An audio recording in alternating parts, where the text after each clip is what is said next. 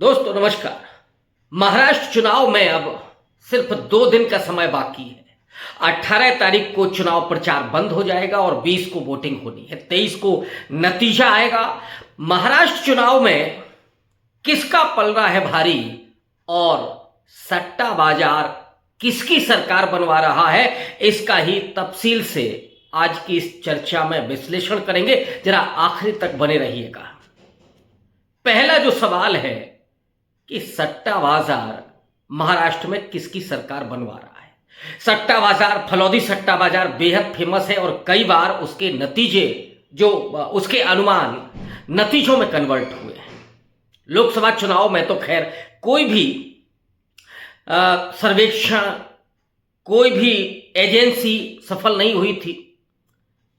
हरियाणा के चुनाव में भी सारी एजेंसियां, सारे सर्वेक्षण ध्वस्त हो गए थे, सारे अनुमान गायब हो गए थे। और यही वजह है कि झारखंड और महाराष्ट्र में कोई चुनावी सर्वेक्षण नहीं आया अब तक। देश की पूरी निगाहें महाराष्ट्र के चुनाव पर लगी हुई हैं। महाराष्ट्र वो राज्य है जिसमें आर्थिक राजधानी मुंबई आती है।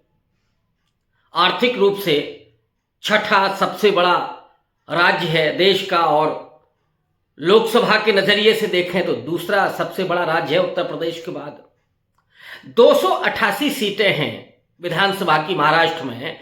पिछले चुनाव में महाविकास आघाड़ी आज जिसको कहते हैं वो सत्ता में आई थी, लेकिन कुछ समय के बाद ही उस सरकार को गिरा दिया गया। वो सरकार कैसे गिरी है उसके साक्षी आप सब हैं, उस पर थोड़ी सी चर्चा करेंगे। लेकिन असली चर्चा सट्टा बाजार की और महाराष्ट्र में एमबीए को बढ़त हासिल है या फिर महायुति की सरकार बनने जा रही है। अगर आप सट्टा बाजार की बात करें तो अभी भी महायुति को बढ़त मिली हुई है। 140 से 142-43 सीटें सट्टा बाजार अभी एनडीए को दे रहा है, महायुति को दे रहा है, बीजेपी को दे रहा है। लेकिन क्या जमीनी परिस्थितियां ये हैं? और सट्टा बाजार कोई सर्वेक्षण नहीं है। सट्टा बाजार में जो अनुमान है, अनुमान के हिसाब से चीजें घटित होती हैं और ये चुनाव के नजदीक आने तक इसमें परिवर्तन भी हो सकता है। इसलिए मैं पूछ रहा हूं कि क्या सट्टा बाजार का ही रुख नतीजों में कन्वर्ट होने जा रहा है? क्या जमीनी स्थितियां ये हैं? अब जरा आइए आज की परिस्थिति पर। आज महायुति गठबंधन एक तरफ और महाविकास आघाड़ी एक तरफ। महायुति गठबंधन को आप देखें तो उसकी कमजोरियां क्या हैं और उसकी ताकत क्या है, जरा इसको पहले देख लेते हैं। निश्चित रूप से भारतीय जनता पार्टी जहां लीड कर रही है, जिस गठबंधन में, जिसके नेतृत्व में वो गठबंधन है, उसे सबसे बड़ा जो फायदा मिल रहा है वो है चुनावी मशीनरी का, स्टेट में सरकार होने का। चुनाव आयोग कैसे काम करता है अब ये कहने की जरूरत नहीं है। मीडिया का जो हाल है वो हम लोग जान ही रहे हैं। योगी का नैरेटिव बटेंगे तो कटेंगे, मोदी का नैरेटिव एक रहेंगे तो सेफ रहेंगे, इस नैरेटिव को मीडिया ने बखूबी उठाया। चुनाव आयोग की भूमिका बेहद संदेहास्पद है क्योंकि हर विधानसभा में 10,000 से लेकर के 15,000 वोट कटने की आशंका है, आरोप लगाए जा रहे हैं विपक्ष की तरफ से। तो ये पलड़ा भारी दिखाता है महायुति गठबंधन का, बीजेपी नेतृत्व वाले एनडीए का। लेकिन जरा कमजोरी आप देखिए। कमजोरी क्या है कि महायुति गठबंधन में इस समय खींचतान चल रही, आपस में खींचतान चल रही है। यहां तक कि भारतीय जनता पार्टी के भीतर भी कुछ चीजें ऐसी घटित हो रही हैं जिसका अंदाजा आप पहले नहीं लगा सकते थे। मसलन अजीत पवार ने योगी आदित्यनाथ के उस बयान को, उस नारे को सिरे से खारिज कर दिया कि साहब यहां ये नहीं चलेगा, ये उत्तर प्रदेश में चलेगा, बटेंगे तो कटेंगे, यहां ये नारा न तो चलने वाला है और ना ही इसकी जरूरत है। फिर एकनाथ शिंदे खामोश हैं। एकनाथ शिंदे की हालत यह है कि अगर एनडीए यानी महायुति सरकार में आ भी गई तो वो मुख्यमंत्री नहीं बनेंगे, ये भी उनको मालूम है। ऐसे में एक नाथ शिंदे क्या अपनी पूरी ताकत लगाएंगे? संभावना कम है। यानी जो शिवसेना है वो शिवसेना क्या पूरी ताकत के साथ मौजूद होगी फील्ड में? तीसरा, गोपीनाथ मुंडे बड़े कद्दावर लीडर थे एक जमाने में। प्रमोद महाजन जिस समय थे तो बीजेपी में 2-3 ही उभरते हुए सितारे हुआ करते थे। महाराष्ट्र से गोपीनाथ मुंडे थे, प्रमोद महाजन थे, गुजरात से नरेंद्र मोदी थे जो आज प्रधानमंत्री हैं। गोपीनाथ मुंडे की बेटी है पंकजा मुंडे, और पंकजा मुंडे ने भी योगी आदित्यनाथ के नारे को खारिज कर दिया है। ये कहा है कि यहां जरूरत नहीं है। गोपीनाथ मुंडे कौन है? ओबीसी समाज से आते हैं, बंजारा समाज से आते हैं। महाराष्ट्र में बंजारा समाज बड़ी पोजीशन में, मजबूत पोजीशन में। तो ओबीसी कार्ड भी अगर नहीं चल रहा है और वो एक्सेप्ट नहीं कर रहा है इस सांप्रदायिक ध्रुवीकरण को, पंकजा मुंडे को ही खतरा लग रहा है, और अगर वो इस नारे को खारिज करनी है तो आप समझ सकते हैं कि परिस्थितियां महायुति गठबंधन के पक्ष में नहीं है। लेकिन उसकी ताकत क्या है वो भी मैं बता चुका हूं। अब जरा आइए एमबीए की तरफ, महाविकास आघाड़ी की तरफ। महाविकास आघाड़ी की कमजोरी क्या है? कि उसके पास सरकार नहीं है, सत्ता नहीं है, विपक्ष में है वो। दूसरा, उसका कैडर, और खास करके वहां पर कांग्रेस पार्टी का कैडर कमजोर है। शरद पवार बहुत सीनियर लीडर हैं और दोनों ही पार्टियां विभाजित हो चुकी हैं। सबसे बड़ी कमजोरी, शिवसेना भी विभाजित है, शरद पवार की एनसीपी भी विभाजित है। कांग्रेस पार्टी का कोई इतना बड़ा लीडर वहां पे नहीं है।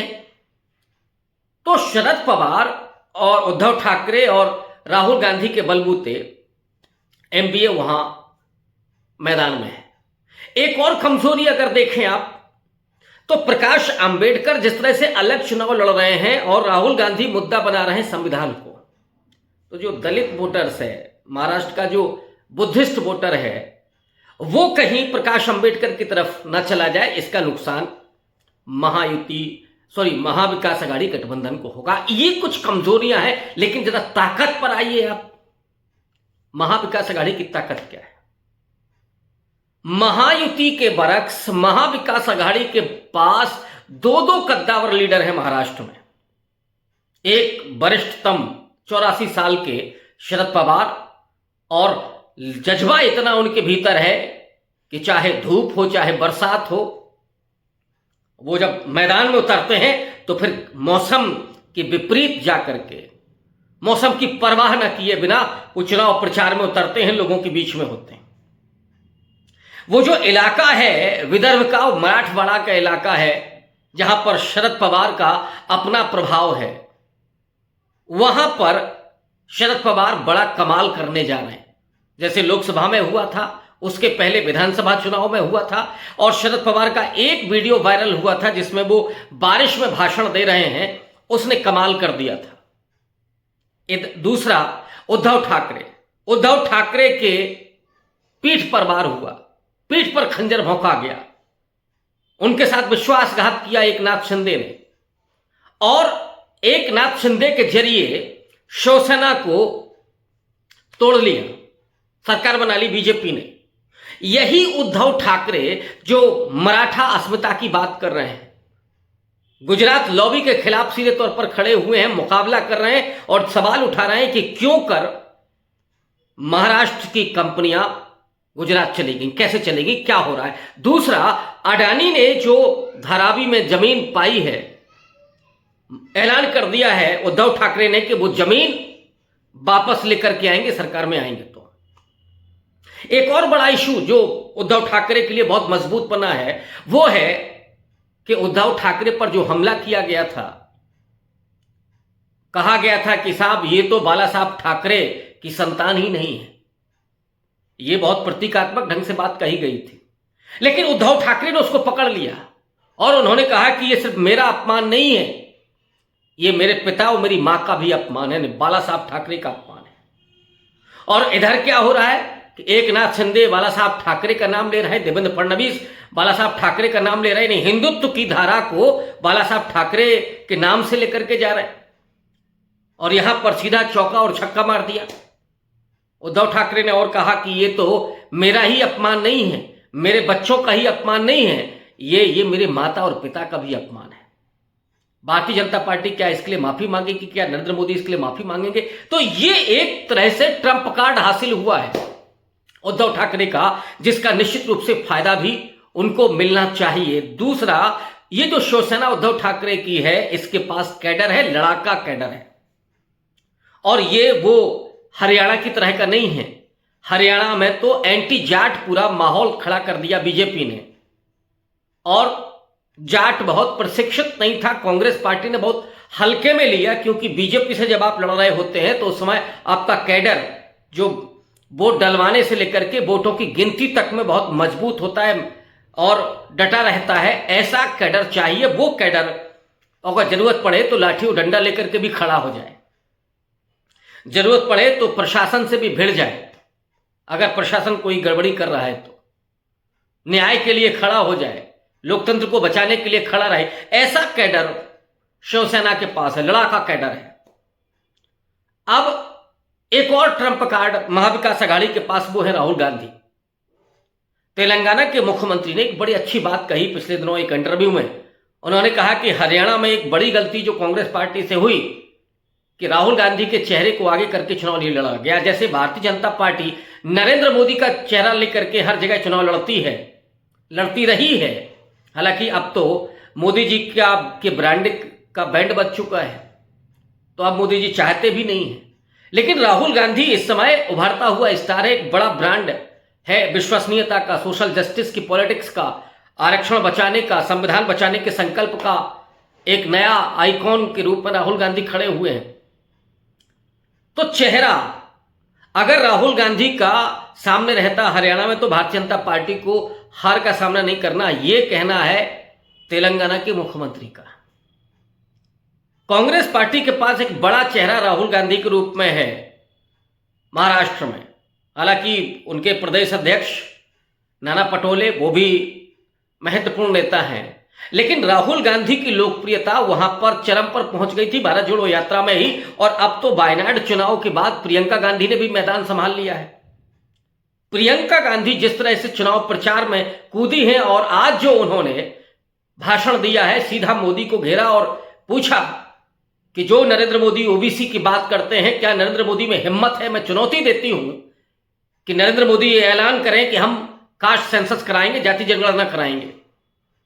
नरेंद्र मोदी में हिम्मत है तो इस चुनौती को स्वीकार करें कि वो आरक्षण की सीमा को 50% से ऊपर लेकर के जाएंगे। और अगर ये नहीं है तो फिर नरेंद्र मोदी दलितों, पिछड़ों, आदिवासियों के विरोधी हैं, वो उनके अधिकारों को छीनने वाले हैं। ये आज प्रियंका गांधी ने कायदे से नरेंद्र मोदी को एक तरह से घेर लिया है। और अब आते हैं उस मुद्दे पर जो मुद्दा आज की हेडलाइन है, और वो हेडलाइन क्या है? राहुल गांधी अब काफी आगे बढ़ रहे हैं और नरेंद्र मोदी को घेरने में अब वो पर्सनल अटैक से भी नहीं बच रहे हैं। छोड़ दिया उन्होंने। आज उन्होंने मीडिया को घेरते हुए कि ये मीडिया कौन है? मीडिया तो अडानी का है, मीडिया तो मोदी की भक्ति में लगा हुआ है, और ये वही मीडिया है जो दिन रात झूठ परोसता है, जो सच कभी नहीं लाता। राहुल गांधी ने कहा कि नरेंद्र मोदी मेमोरी लॉस हो चुके हैं, उनकी याददाश्त अब जा चुकी है, खो चुके हैं। उन्होंने कहा जब मैं ये कह रहा हूं तो मीडिया आज शाम को चलाएगा कि मोदी जी की याददाश्त बहुत मजबूत है, बहुत कुशाग्र बुद्धि के हैं वो, और फिर वो चलाएगा कि देखिए 70 साल पुरानी चीजें भी मोदी जी को याद हैं। और वहीं चुटकी लेते हैं आज राहुल गांधी। उन्होंने कहा कि वो चलाएंगे कि मोदी जी जब छोटे थे, छोकरे थे, तो एक तालाब में गए थे और तालाब में से वो मगरमच्छ का बच्चा पकड़ करके लाए थे। राहुल गांधी ने कहा कि अगर आप नरेंद्र मोदी जब गंगा जी में गए थे डुबकी लगाने, तो उनको अगर देखा होगा तो आप अनुमान कर सकते हैं कि नरेंद्र मोदी को तैरना भी नहीं आता। जो व्यक्ति तैरना नहीं जानता, उनका कि ऐसा प्रतीत होता है कि जो व्यक्ति तैरना नहीं जानता वो तालाब में कैसे घुस गया, नदी में कैसे घुस गया, मगरमच्छ का बच्चा कैसे पकड़ लाया। ये जो कपोल कल्पनाएं हैं, ये जो मोदी जी की ब्रांडिंग के लिए जो कहानियां चलती हैं, और वो कहानियां मनोहर कहानियां हैं, मन को हर लेने वाली कहानियां हैं मोदी जी की। तो इन मनोहर कहानियों के जरिए मोदी जी का ब्रांड जो खड़ा किया गया था वो पूरा झूठ पर आधारित है, और ये बिका हुआ मीडिया है जो इस देश के किसानों की बात नहीं करता। ये मीडिया मजदूरों के अधिकारों की बात नहीं करता। ये मीडिया मणिपुर की बात नहीं करता। ये मीडिया उन महिला पहलवानों की अस्मिता और उनकी सम्मान की भी बात नहीं करता। ये मीडिया दलितों के अधिकारों, दलितों के आत्मसम्मान की बात नहीं करता। ये पिछड़ों की भागीदारी की बात नहीं करता। ये आदिवासियों के जल जंगल जमीन के अधिकार की बात नहीं करता। ये केवल अपने आका की बात करता है और नरेंद्र मोदी के झूठ को बढ़ा चढ़ा करके पेश करता है। तो ये जो मगरमच्छ की कहानी राहुल गांधी ने सुनाई है, मीडिया, मगरमच्छ और मोदी, ये कहानी महाराष्ट्र में कितना अंदर तक जाती है और लोगों के विमर्श का कितना बड़ा हिस्सा बनती है, इस पर बहुत कुछ निर्भर करेगा 20 तारीख की वोटिंग। उद्धव ठाकरे की ताकतवर वो फौज, शरद पवार का वो जज्बा, ये महत्वपूर्ण साबित होगा और उधर चुनावी मशीनरी होगी। लेकिन वहीं पर टकराव भी है, और वो टकराव मुख्यमंत्री बनने के लिए भी है कि एकनाथ शिंदे रहेंगे या जाएंगे। अजीत पवार भी असर्ट कर रहे हैं कि जब एक व्यक्ति निर्दलीय मुख्यमंत्री हो सकता है तो अजीत पवार क्यों नहीं हो सकते। देवेंद्र फडणवीस की अपनी मुख्यमंत्री की ख्वाहिश है, तो ये ख्वाहिशें हजार, सपने हजार, मुख्यमंत्री पद एक। देखना ये है कि ऊंट किस करवट बदलता पहुंचता है। शुक्रिया।